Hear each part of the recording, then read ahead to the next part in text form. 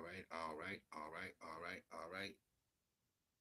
All black, everything. Come on in, come on in. Tell a friend, tell a friend, come on in. We back with the Tavistock Institute. We almost in the middle, y'all. It's going all the way down and up. Um, Chapter 4, Doors of Perception, the CIA Psychedelic Revolution. We just dropping this information in spurts. Look at all these shirts. Thinker's Plight. Check us out. Big dreams, many streams. I do not own the rights to this music. This is the Doors piece to them. It's pertaining, very fitting for what we are reading. We're going to get into it. We're going to jump right into it. Like you share, subscribe, and put your thumbs up like you're hitchhiking. The slogan, how we keep it going. But yeah, here it is. And it says that tradition persisted under various institutional covers, always preserving the essential world outlook and doctrine intact. The British monarchy, the parasitical aristocratic landlord class of Britain, and the British dominated feudalist factions of the Maltese order are the modern concentrated expression of the unbroken tradition and policies of the ancient Apollo cult. The Aristotelian, known as generalized scientific and technological progress, given the conditions of education and liberty of innovation which progress demands, produces in the citizens a dedication to the creative potential of the human mind, which is an antithetical which is antithetical to the oligarchical system. Going against it, that's what it means. What the Aristotelians have hated and feared down through the millennia is their knowledge that persistent, generalized scientific and technological progress as the Dirigeist policy of society means a Republican hegemony which ends forever the possibility of establishing oligarchical world rule. They have resorted to the same methods used by the ancient priests of Apollo, the promotion of Dionysian cults of drug cultures, orgastic, erotic countercultures, deranged mobs of machine breakers, and terrorist maniacs to turn such a combined force of demented rabble against those forces in society that are dedicated to scientific and technological progress. The following description of cult ceremonies dating back to the Egyptian Isis priesthood of the third millennium BC could just as well be a journalistic account of a hippie bee in circa AD 1969. Quote, that the acts or gestures that accompany the incantations constitute the rite of Isis. In these dances, the beating of the drums and the rhythm of the music and repetitive movements were helped by hallucinatory substances like hashish or mescal. These were consumed as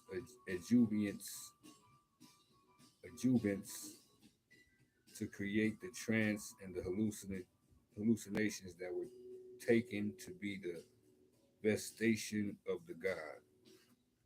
The drugs were sacred, and their knowledge was limited to the initiated, possibly because they have the illusion of satisfied desires and allow the innermost feelings to escape. These rites acquired during their execution a frenzy character that is conspicuous in certain spells.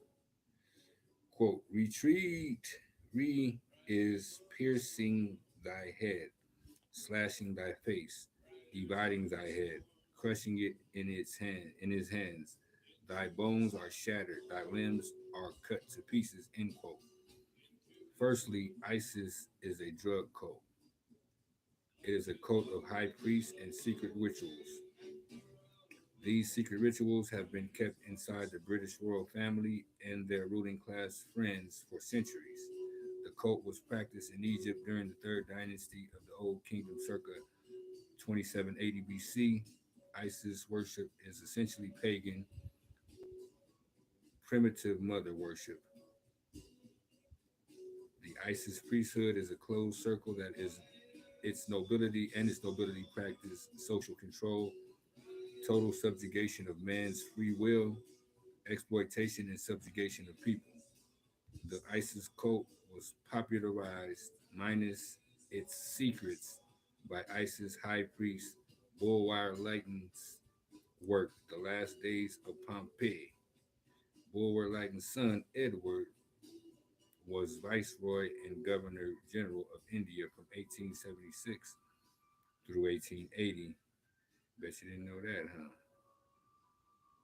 When exports of Bengal opium to China were greatly stepped up. Bulwer Lytton was the mentor of Lord Palmerston, who led the British Parliament during the Opium Wars that forced an unwilling China to not only continue but also expand the sale of opium in that country. Mm. Russian occultist Madame Blavatsky further popularized the cult of ISIS through her book ISIS Unveiled. Lord Bertrand Russell, who joined with the Frankfurt School in this effort at mass social engineering for the purposes of destroying man's creative powers, as well as wreck European and American cultures, spilled the beans in his 1951 book, The Impact of Science on Society. He wrote, quote, philosophy, excuse me, yeah, physiology and psychology afford fields for scientific technique which still await development. Two great men, Pavlov and Freud, have laid the foundation. I do not accept the view that they are in any essential conflict, but what structure will be built on their foundations is still in doubt. I think the subject which will be found most importance politically is mass psychology. Its importance has been enormously increased by the growth of modern methods of propaganda. You know what propaganda is? Diminishing one. The press, the radio play an increasing part. It may be hoped. We're gonna say that I think we had a little glitch. Okay, let's see. Its most important has been enormously increased by the growth of modern methods of propaganda. Of these, the most influential is what is called education. Religion plays a part, though a diminishing one. The increasing part. It may be hoped that in time anybody will be able to persuade anybody of anything if he can catch a patient young and is provided by the state with money and equipment. See what's going on?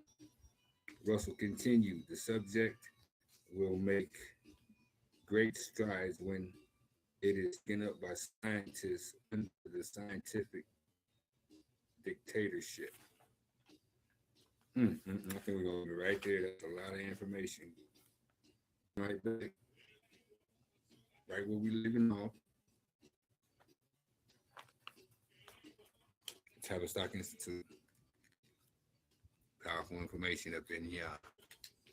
Do your own diligence. Don't take my word for it. Do your own research. It's only